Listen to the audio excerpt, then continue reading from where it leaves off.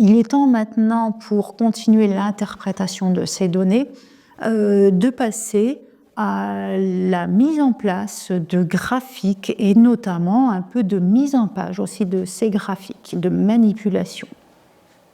Dans notre cas pratique numéro 1, nous allons donc découvrir et travailler avec les graphiques en secteur et anneaux.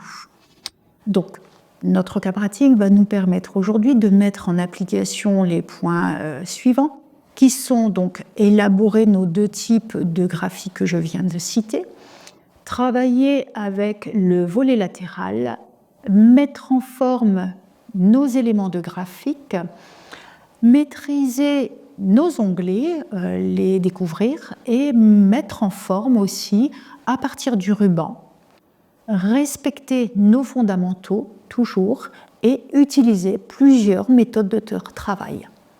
Notre objectif premier sera faire le bon choix de graphique, savoir présenter nos données. Nous allons voir à maîtriser ce volet, autre que la découverte, effectuer une petite sélection discontinue pour rappel, voir nos différentes méthodes de travail, comme je le disais un petit peu avant, et aussi se déplacer et travailler au sein de notre classeur. Dans un premier temps, je vais me placer, nous avons un tableau ici qui est, je le présente, poste de dépenses. Nous avons les intitulés qui sont les titres, matériel, installation, publicité, location, salaire, formation, traiteur. En bout de ligne, ce que nous avions fait précédemment, mais là déjà effectué, un total par magasin et total par poste. Je vous l'avais dit, n'hésitez pas, prenez bien connaissance de votre sujet. Je me place dans mon tableau, toujours bien sur le premier intitulé. Et là, donc, je sélectionne ma première et deuxième colonne. Vous voyez, donc, je viens me placer ici, poste des dépenses. Je vais sélectionner matériel et installation. Je vais prendre les totaux, il n'y a pas de souci, je les prends avec. Alors, je ne vais pas prendre installation, excusez-moi, je vais prendre poste, dépenses et matériel pour répondre à mon énoncé. On nous demande un graphique qui est les dépenses pour le matériel. D'accord ? Donc, ma sélection étant faite, j'aimerais donc insérer un graphique à ce moment-là. Donc, je vais sur mon onglet Insertion. Dans cet onglet Insertion, vous allez découvrir ici, vous voyez, le bloc graphique. Ce bloc de graphique, alors, vous avez pour la visite des graphiques recommandés. Nous, en l'occurrence, nous sommes partis sur ce cas pratique donc de répartition, alors de secteur. Je vais ici aller, donc vous avez toujours votre petite infobulle, je le rappelle, insérer un graphique secteur ou anneau, c'est la rubrique avec laquelle nous allons travailler. Donc je vais cliquer sur cette petite flèche et je vais prendre tout simplement le premier qui se présente en secteur 2D. D'accord ? C'est une question d'affichage, que ce soit du 2D ou du 3D. Je valide mon choix. Alors, vous remarquerez aussi qu'un simple clic et glisser vous donne un aperçu du graphique tel qu'il serait présenté. Dans notre cas, nous restons sur le secteur 2D. Voilà, j'ai validé. À partir du moment où j'ai fait mon choix, j'ai deux onglets supplémentaires qui sont apparus, notamment création de graphiques et ici mise en forme. Voilà, je vous les montre, mise en forme, création de graphiques. Donc, c'est ce que nous appelons aussi un objet. Vous voyez, quand j'ai cette zone, si je clique ici sur la partie blanche et je le déplace, j'ai possibilité donc de le positionner pour faire un travail de ne pas cacher les données. Et donc, ces deux petits onglets, tout ce qui se trouve sur les rubans respectifs, porteront sur notre graphique. C'est pour ça que je parlais au tout début, nous avons évoqué plusieurs méthodes de travail. Voilà. Alors, ici, nous avons aussi la possibilité, on en avait parlé dans nos objectifs, de faire un double clic sur notre zone blanche du graphique et d'afficher ce volet latéral. Il est possible que vous voyez, hein, nous avons ici des icônes, on va y revenir, mais avec cette zone, parfois on ne fait pas exprès, et on a donc ce que l'on appelle le volet latéral qui correspond à notre graphique. Voilà, ça peut être dit dans un énoncé, il est affiché. Pour notre premier travail, dans ce cas pratique, nous ne souhaitons pas, nous ne voulons pas utiliser les totaux. Alors, très souvent, j'aurais pu aussi partir de ma sélection au poste de dépenses matérielles et ne mettre ma sélection de la limiter à Paris et les 2500 €. J'ai choisi un petit peu exprès de choisir Total, de prendre Total par poste. Vous montrer que si j'ai pris le général, je peux aller quand même faire un choix après et de sélectionner, de retirer des données. Pas à partir de mon tableau, mais à partir de mon graphique. Je suis bien ici en haut sur son onglet qui est création de graphique. Et la première chose importante, c'est cette icône qui s'appelle sélectionner des données. Sélectionner des données, hein, puisqu'on nous dit, voilà, moi je veux mon graphique, j'aimerais ce graphique, mais pas les totaux, j'ai fait une petite erreur. Je clique sur cette icône et vous remarquerez qu'en fait, lui, bon, il fait clignoter, il nous montre ce qui a été pris en compte. J'ai bien matériel ici à gauche et avec ma petite barre de défilement ici sur le côté, j'ai bien donc mes villes, mais le total par poste. Si je ne veux pas le voir apparaître, je décoche et je valide, je fais OK. Voilà. Ça sous-entend qui peut le plus, peut le moins. Si à un moment donné, mon responsable me demande effectivement de prendre en compte ces totaux, je n'ai pas à refaire mon graphique, on ne sait jamais. Voilà. C'est une première petite manipulation, donc n'oubliez pas ce petit sélection de données. Nous allons continuer. Un graphique doit absolument comporter un titre. Donc là, pour interagir là-dessus, je vais ici en haut. Nous pouvons faire un double clic pour griser cette zone.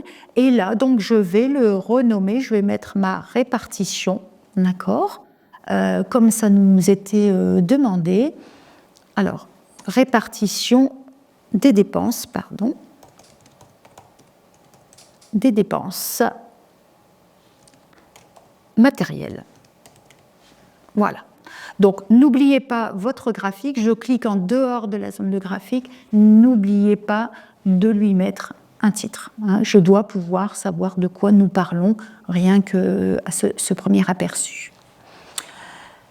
Ensuite, nous avons sur ce graphique un petit travail. Alors là, je peux l'agrandir aussi, je ne l'ai pas dit auparavant, mais cette zone peut être un peu redimensionnée par les petites diagonales, la zone de graphique. Il est important donc de travailler aussi sur la légende, d'accord ? Donc, si je souhaite ici, vous voyez, quand je refais un petit clic, j'ai cette légende qui est là, d'accord ? Donc, je peux choisir cette légende. Alors, j'avais parlé de plusieurs possibilités. Je peux choisir un remplissage, mais aussi sélectionner des données et sa disposition aussi. Par contre, ce que nous allons faire, nous, ici, c'est utiliser donc cette petite zone qui se trouve, vous voyez, cette légende qui est là. Je vais, sans plus attendre, utiliser le petit plus qui est des éléments du graphique et on remarque là-dessus quand j'ai donc ce qui a déjà été, nous n'avons pas les valeurs, je vous l'accorde, les étiquettes de données, on va y venir. Ma légende, on ne le voit pas toujours très bien. J'ai une petite flèche qui est ici à droite, on voit que la légende est cochée et sur cette petite flèche, vous avez possibilité donc de choisir la disposition très rapidement et de se dire, voilà, ma légende, moi j'aimerais la placer à droite. D'accord ? Selon, c'est vous qui aurez dans la pratique à estimer effectivement la place de cette légende, la disposition. Voilà. Donc, nous avons ici travaillé sur notre légende. Je reviens là-dessus, vous voyez. Deuxième méthode, je suis passée par ce petit plus, mais je remarque, je le fais ici exprès, je suis sur ma zone de graphique. Voyez ce qui se passe sur mon volet latéral à droite. J'ai donc format de la zone de graphique, et si je clique sur « Je resélectionne ma légende », là je vais avoir, nous avons 1, 2, 3 icônes. J'ai déjà ici toujours mon remplissage qui est possible. Alors parfois on est là. Et vous avez donc les options de légende qui nous proposent aussi de la placer à droite, en haut, à gauche, et notamment ici de travailler sur son remplissage, sur son format. D'accord ? Voilà. Donc, vous voyez nos deux possibilités. Nous allons travailler maintenant cette disposition à titre, une légende qui n'est pas trop mal placée. Nous allons voir aussi comment changer la couleur. Nous avons ici en répartition des portions. Donc je vais vous inviter à cliquer. Vous voyez, si je clique, ça c'était l'ensemble de mon graphique. J'ai sélectionné ma légende. Et donc maintenant, lorsque je vais sur ma zone de graphique, en sélectionnant, alors on l'appelle aussi camembert, une partie de ce secteur, un premier clic va sélectionner, vous voyez, vous avez des petits points qui se sont dessinés autour. Là, j'ai sélectionné l'ensemble des portions.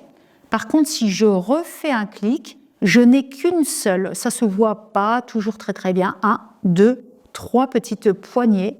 Donc là, j'ai vraiment sélectionné cette portion qui est là, d'accord ?